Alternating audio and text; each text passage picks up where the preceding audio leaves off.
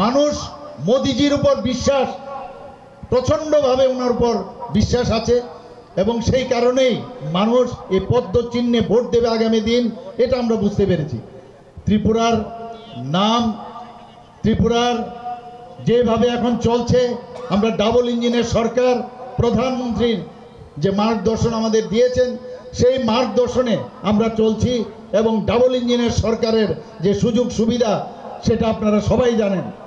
আমাদের মোদিজি act east পলিসির মাধ্যমে আমাদেরকে যে একটা সুবিধা দিয়েছে আপনারা জানেন, যে হীরা মডেল আমাদের দিয়েছেন।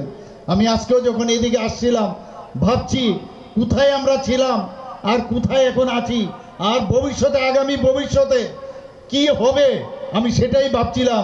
যে এবার যখন প্রধানমন্ত্রী নরেন্দ্র মোদীজি আবার প্রধানমন্ত্রী রূপে আবার শপথ গ্রহণ করবে, তখন যে রাস্তা আমি দেখেছি তারপর কি হবে সেটাই আমি ভাবছিলাম। বন্ধুগণ, আমরা হাজার লোক আমাদের সাথে সেদিন গিয়েছিল সেই মনোনয়ন দেওয়ার সময়। আমাদের সাথে তখন আমাদের হরিয়ানার প্রাক্তন মুখ্যমন্ত্রী এবং হরিয়ানার বর্তমান মুখ্যমন্ত্রী এবং হরিয়ানার থেকে এমপি অনেকে এসেছিলেন সেই মনোনয়ন দাখিলে।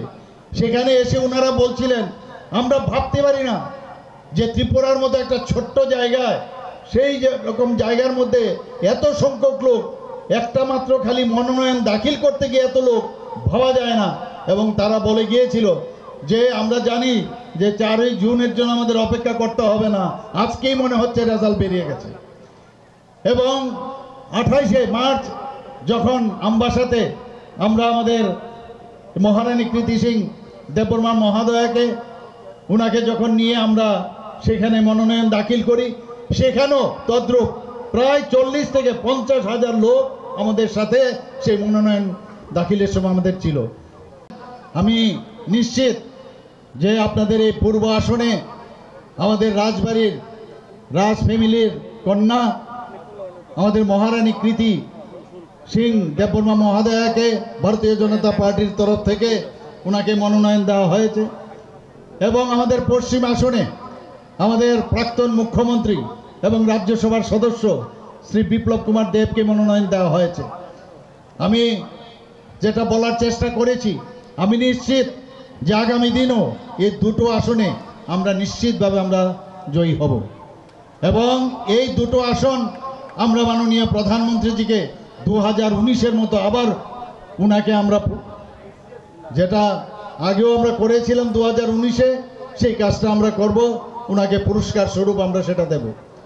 বন্ধুগণ, 27শে মার্চ আমার মনে আছে, আপনারা নিশ্চয়ই দেখেছেন, যখন আমাদের পশ্চিম আসনের, যাকে আমি একটু আগে নাম বললাম, বিপ্লব বাবুকে নিয়ে আমরা যখন পশ্চিম আসনের সেই মনোনয়ন দাখিল করতে গিয়েছি, হাজারো লোক আমাদের সাথে ছিল।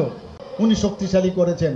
আগে আমরা জানতাম, আমরা সবাই দেখেছি কথায় কথায় পাকিস্তান আমাদের সোলজারদের গলা কেটে ভারতবর্ষে ফেলে দিত, পার্লামেন্টে আক্রমণ করত। বোম্বাইয়ের ঘটনা আপনারা সবাই জানেন। সারা নর্থ ইস্টার্ন রিজিয়নে এবং সমস্ত জায়গায় খালি বোম ব্লাস্টিং, কিডন্যাপ ইত্যাদি আমরা সবসময় আমরা দেখেছি, টেররিস্টদের আনাগোনা। কিন্তু আজকে আমরা কি দেখেছি, মাননীয় প্রধানমন্ত্রীজি দায়িত্ব নেওয়ার পরে এই north east act east policy যখন উনি বললেন, এখানে আজকে হীরা মডেল দিয়েছে। আমাদের ন্যাশনাল হাইওয়ে 6টা আছে, আরও 4টা ন্যাশনাল হাইওয়ে উনি বলেছেন, সেইভাবেই অন প্রিন্সিপাল উনি সেটাকে মেনে নিয়েছেন। শুধু তাই নয়, 4টা রোপওয়ে, সেই 4টা রোপওয়েও ত্রিপুরার জন্য বরাদ্দ উনি দিয়েছেন। এর যশস্বী প্রধানমন্ত্রী নরেন্দ্র মোদীজির নেতৃত্বে ভারতীয় জনতা পার্টির এবং আইপিএফটির সরকার এখানে প্রতিষ্ঠিত হয়েছে। 2019-এ যখন লোকসভার ইলেকশন হয়, আমাদের কোনো ভারতীয় জনতা পার্টির কোনো সদস্য সেখানে বা সদস্যা ছিলেন না। 2019-এ যেহেতু আমাদের যশস্বী প্রধানমন্ত্রী নরেন্দ্র মোদীজি আমাদেরকে এই জগদ্দল পাথরকে সরিয়ে আমাদের ত্রিপুরা সরকার এখানে প্রতিষ্ঠিত করেছিল, ভারতীয় জনতা পার্টির নেতৃত্বাধীন সরকার, আইপিএফটির সরকার। সেই কারণে আপনারা সবাই মিলে, আমরা সবাই মিলে দুটো, এই যে পশ্চিম এবং পূর্বের যে দুটো আসন, সেই লোকসভা আমরা বিজেপির ক্যান্ডিডেটকে জয়লাভ করিয়ে ওনাদেরকে ওনার হাতে সমর্পণ করেছি। আবার 2023-এ আবার ইলেকশন হলো, সাধারণ বিধানসভার ইলেকশন।